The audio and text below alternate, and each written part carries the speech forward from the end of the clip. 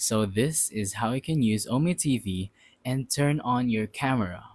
This is for those iPhone users or whatever kind of device you're using that can't really use their camera for some reason. So this is how you fix it. All you really need to do is go to your settings app on your phone and then scroll down until you find apps.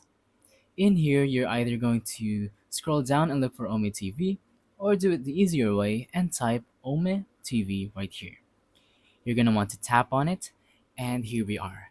So as you can see, there is this switch for my camera. Right now, it is turned off because there's no green switch. But if I tap on it and make it green and swipe it to the right, it now can use my camera.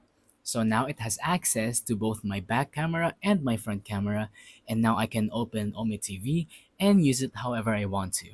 We now have access to the camera for OME TV, and that is how you can use it. So that's about it for this video.